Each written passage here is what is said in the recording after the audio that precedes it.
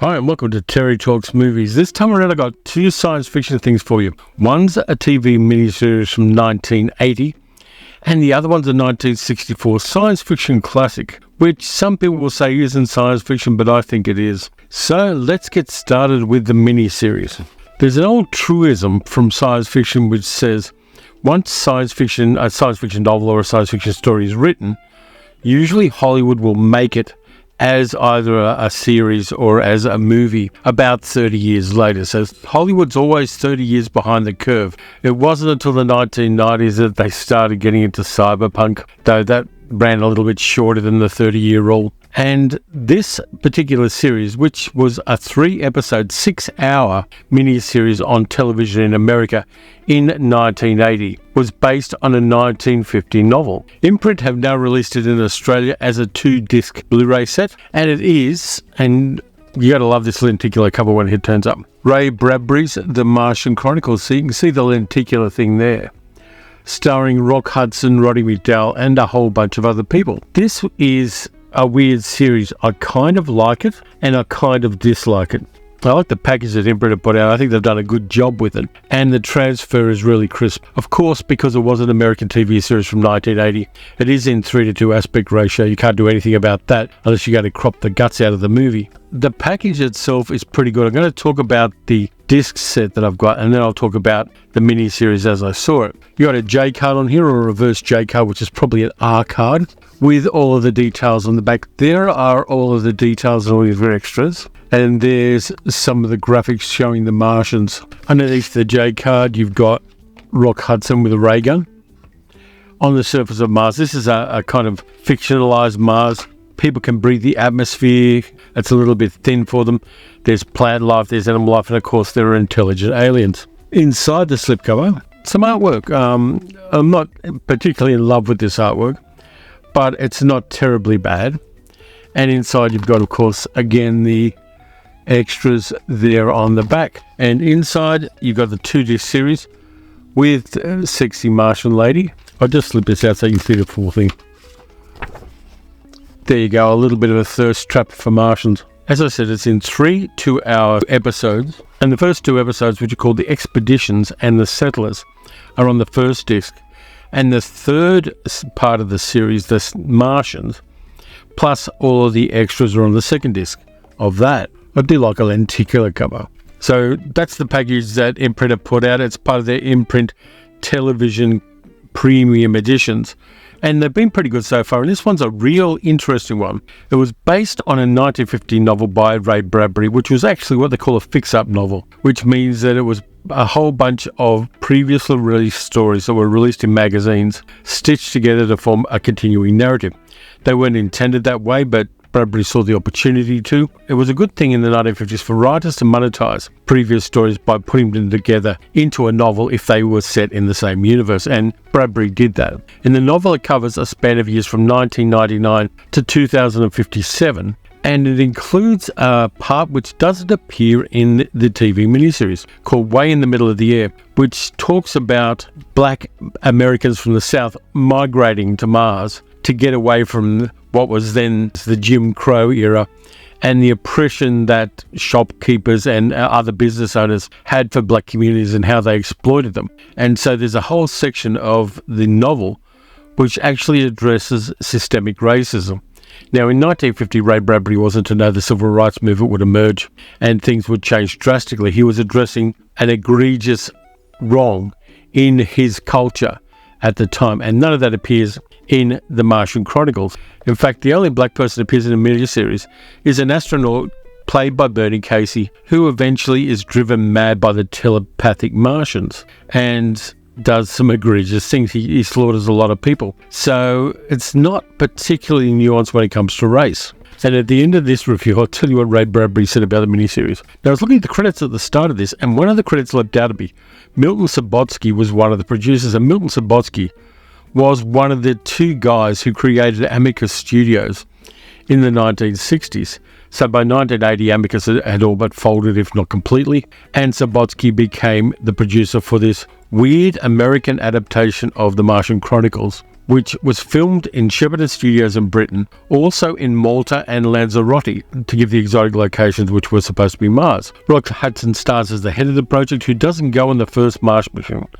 We see the first Mars mission and a ship with two men in it who have a shuttle going from the surface of Earth to the spaceship, which looks a little bit like a marital aid, and from the spaceship down to the surface of Mars, which basically has greenhouse windows and a greenhouse roof. It's all made of glass on the outside. It looks really weird and cheap. In the first expedition, the astronauts are traveling to Mars, and a Martian woman who's in a loveless marriage telepathically links with one of the astronauts and falls in love with him.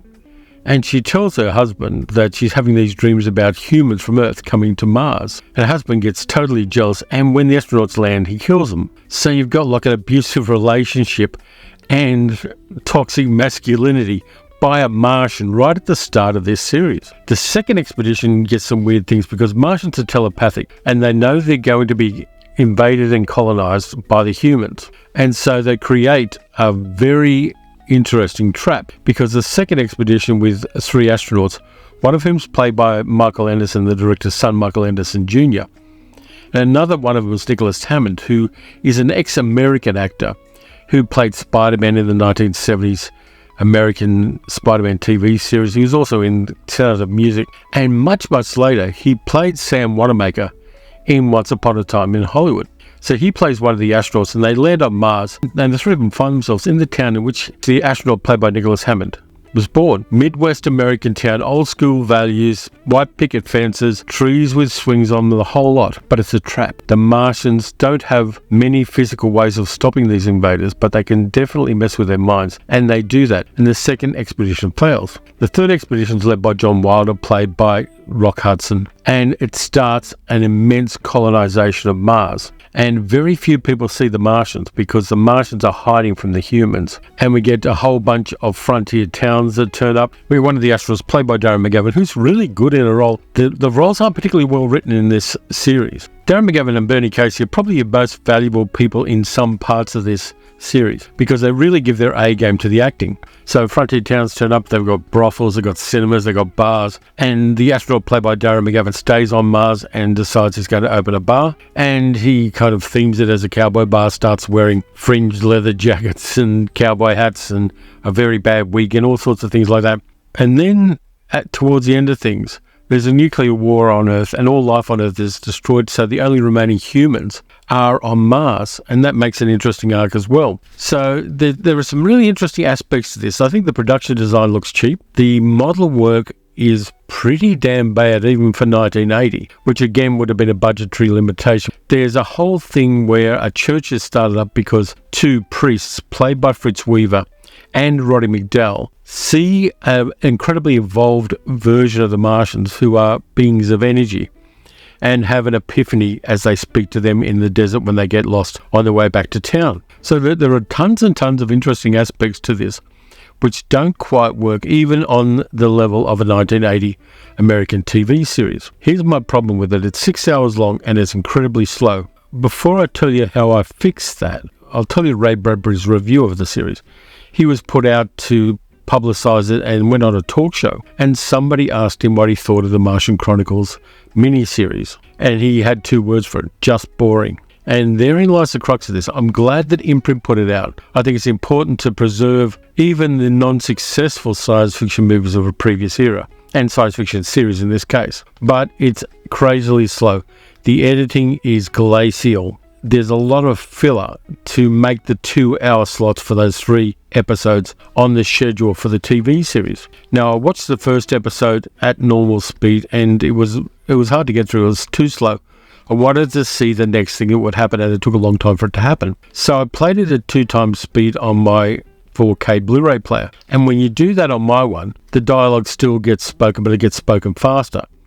And that compressed the 2 hours down to 1 hour. Perfectly comprehensible. So reluctantly, I've got to say, if you want to watch this series and you've got a Blu-ray player that will allow you to have the sound at double speed as well, play it at 2 times speed. It doesn't play well to a 2023 audience if you play it at normal speed. Too slow. The direction, even though Michael Anderson had made a number of good films, The direction is kind of prosaic. And I say all of that reluctantly. I want to watch series of movies at the natural pace. I want to see the ebb and flow of things. I want to see the transitions. I want to see the characters develop, all of that stuff. But it's crazy slow. There was, in some markets, a cut-down version where they basically trimmed the fat and made it into a kind of longish movie. And that worked well for those markets. I think you should get this one. I think it's good to have it. But just be aware of the fact that it does drag. And I think that was a mistake at the time. If you didn't have the budget to do the story justice, don't do the story, would be my approach to it. But money does what money does. I like it for the acting. I like it for some of the production design. There are production designs of the Martian cities with geometric shapes in them, which look really good. And the prefabricated shanty towns look really good as well. And some of the interiors. There are one or two story arcs, and there are vignettes in there as well. There's one to do with Bernadette Peters, which is kind of a little bit misogynistic and a little bit horrible, but that's in the original book. So it's a weird catch by imprint, but I think it's a valid one. And some people are going to like it because a lot of people have that 1980s nostalgia for things like Battlestar Galactica and the Martian Chronicles. So it's definitely got a market and an audience. I got infuriated with it a little bit just for the missed possibilities. So that's one of the two. By the way, do you like my colourful shirt? Because most people don't. This was a 4K release of a classic film, a classic science fiction, dystopian, Cold War satire. Viavision Imprint's parent company has put it out. Peter Sellers, George C. Scott, Dr. Strangelove is out on 4K. Now, there are some extras on this one, some of which are kind of archival material. You can take a look at it there. I watched this last night, and it's an interesting one to put on 4K because Kubrick, filming in black and white, of course, naturally had a little bit of grain in his movies. So having it an HDR 4K version of Dr. Strangelove, it's perfectly valid that they do it, and it's the best possible look it's going to ever have. But that particular movie had some natural grain in it, and that natural grain, of course, shows up in the movie itself. But I thought I'd rewatch it and reevaluate the film from our perspective 60 years later on just how good a satire it is of the Cold War, of mutual assured destruction, and that pissing contest between the Allies and the USSR and the Soviet Empire as it was then. So Dr. Strangelove is a weird film because it was based on a serious novel which follows a lot of the plot base of the movie has itself, but which has a very different ending. Kubrick was originally going to make it as a serious film, and he wanted to do basically a Cold War thriller with it. He got convinced by the studio to make it a comedy because he had worked with Peter Sellers previously on Lolita, where he played a character who is playing a number of roles within the movie arc and the character arc in Lolita. So they decided they were going to get Peter Sellers to play 4 roles. Captain Lionel Mandrake, who is an exchange student kind of military guy at the base where General Jack D. Ripper, played by Sterling Hayden, is going mad. President Merkin Muffley, kind of Adlai Stevenson kind of American president. Dr. Strangelove, who was a little bit like a number of the Germans who went over to America after the end of World War II. Dr. Strangelove himself is a character I used to like in this one. And he's going to play the pilot of the plane that drops the bomb, Captain Kong, an American cowboy Texan kind of guy.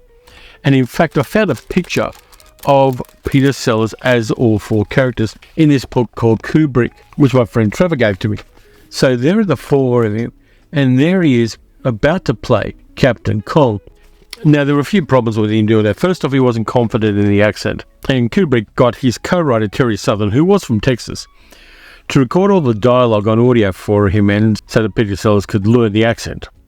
But Peter Sellers had, I think, either a back injury or a foot injury, and so he couldn't clamber around the set for the B-52 bomber. And they decided, we've got to get another actor in. So they went and got Slim Pickens, who was known as a character actor, known as a Western actor. And Slim Pickens ended up playing Kong, the mad guy who rides the bomb down and ends the life on Earth, basically. And Slim Pickens had never been out of America, so he had to rush to get a passport. He shows up on set in cowboy boots and a cowboy hat, because that's how he normally dressed. Everybody who was on set thought he'd come in costume for the role already. But that wasn't the case. That's how Slim Pickens normally dressed. And after he made Dr. Strangelove, he ended up getting paid 5 times more for his character roles than he had previously.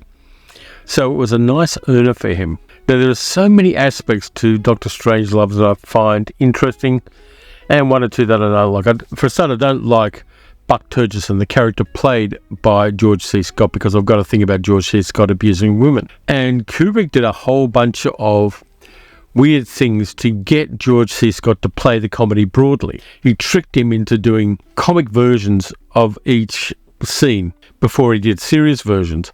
And then he would print the comic versions rather than the serious versions that George C. Scott thought he would be doing. Got a problem with it. He mugs a lot in those scenes. He's not necessarily overplaying the roles. I don't think he's an actor who was great with comedy. And so he's way out of his comfort zone. And you can tell, if you watch it carefully, you can tell he is out of his comfort zone. But there are some good acting roles in this. Sterling Hayden as Jack D. Ripper, the guy who decides to launch the strike on Russia, is great. I love Sterling Hayden in this. He balances out the mental illness of the character, the madness and the over-the-top confidence of him wonderfully. It's an incredibly nuanced performance from a very underestimated actor who was a very intelligent man as well. He didn't like Hollywood's bullshit very much. He was quite fond of recreational pharmaceuticals of the smoking kind. I like what he does with this one. He makes a monster sympathetic. As far as Peter Sellers' roles are concerned, I like Lionel Mandrake, the RAF guy who was in World War II and lost a leg, and he plays it a little bit like somebody he'd acted with before. He plays it a little bit Terry Thomas. You got to remember that Peter Sellers and Terry Thomas had played together a few times, including in George Pal's Tom Thumb, and so he plays the character a little bit like that, but giving it a little more roundedness and not really caricaturing Terry Thomas, but using him as a launching point for the character. There's some good acting there too, where he's trying to placate Jack D. Ripper to kind of talk him around to giving him the code he needs to stop all of the planes that are heading towards Russia. And the kind of frustration and the need to stay calm, and the fact that he is way out of his depth really plays nicely in that. I love that bit of acting in there. Now, as far as the president is concerned, I think he does a good job with that, because they were originally going to play Merkin Muffley, the American president, differently and more comedically. Kubrick and Sellers talked about it and decided that he had to be a serious character for the madness around him to play out well. And so I think of the 3 characters that Sellers plays in this, I like Muffley the best. You see him take him out of things at times. You see him listening. He does get a couple of comic lines in there. But for the most part, it's a nice, strong piece of quite nuanced acting. And I like it for that. As far as Dr. Strangelove's concerned, I mean, this is a broad, satirical black comedy. Having Dr. Strangelove come in and overplaying it like that, a lot of people have used it for memes and all sorts of things over the years. I think it's the weakest of the 3 roles that Peter Sellers plays in this. It's a character who would get across its point better if it was played more subtly. The things he says and the plans he makes and the things he suggests to the president and to the war room would have been more darkly comedic had they not been over the top with the salutes and the wayward hand kind of thing. I think between Buck Turgidson and Dr. Strangelove himself, things get to a strident level that seems totally slightly off for me. And there are a couple of other nice small roles in there. I really like Keenan Wynn coming in as Bakwana, the guy who invades the base to try to get to Jack D. Ripper. He gives it a kind of clueless, dumb guy but a soldier kind of thing about it. And the Coca-Cola jug in there really lands well. But the movie is about a whole bunch of things. Of course, it's about the Cold War rhetoric and the essential absurdity of the pissing contest between the 2 ideological sides in it, and how the escalation in the sophistication of the weaponry really went mad during the 60s in particular. There's a lot of good stuff there. It's a particularly savage movie about America's mythology about itself. There are a bunch of different American mythologies that are really challenged and mocked here. First off, there's the cowboy mythology, of course, with Captain Kong, and that kind of over-the-top good old boy humour. That one gets a nice working out, even though Slim Pickens wasn't necessarily in on the fact that it was a comedy. I think that plays well, particularly given the fact it was made in a decade when there was starting to be a bit of a fatigue about Western movies. And to put a blatantly Western character, and Western, I mean in a pure kind of Western, into the most sophisticated piece of machinery that existed at the time, being a B-52 bomber, was just great. I love the fact that it's in there. And you've got a nice little ensemble on the plane as well. You've got Shane Rimmer playing the co-pilot. You've also got James Earl Jones playing the navigator in there, which is a really solid piece of colourblind casting in that movie. Then you've got, of course, the military gung-ho mythology, General Jack D. Ripper, with his precious bodily fluids, his refusal to give his sexual partners his seed because it weakens his masculinity. There's all of that kind of crap in there as well, which is something that's become a kind of serious right-wing nutjob thing these days. The fluoridation of water was something they made up as well, which then became part of the rhetoric of a certain number of fringe groups in real life. So this movie has added odd and unforeseen influences in the ongoing public narratives of the 21st century. Then, of course, we've got political paranoia, Russia versus America, the fact that the Russian ambassador, played by Peter Bull, tries to smuggle a camera into the war room so he can get a few shots for the boys back home. The fact that the Russian premier is at his mistress's house when the president calls him is kind of funny as well, and it kind of conflicts with Merck and Muffley's Midwestern puritanical kind of persona. And of course there's Jack D. Ripper's insanity, which is about a fear of loss of masculinity. And that has echoes through a lot of public narratives at the moment about people putting microchips and 5G microchips into water supplies and into vaccines and all that kind of stuff.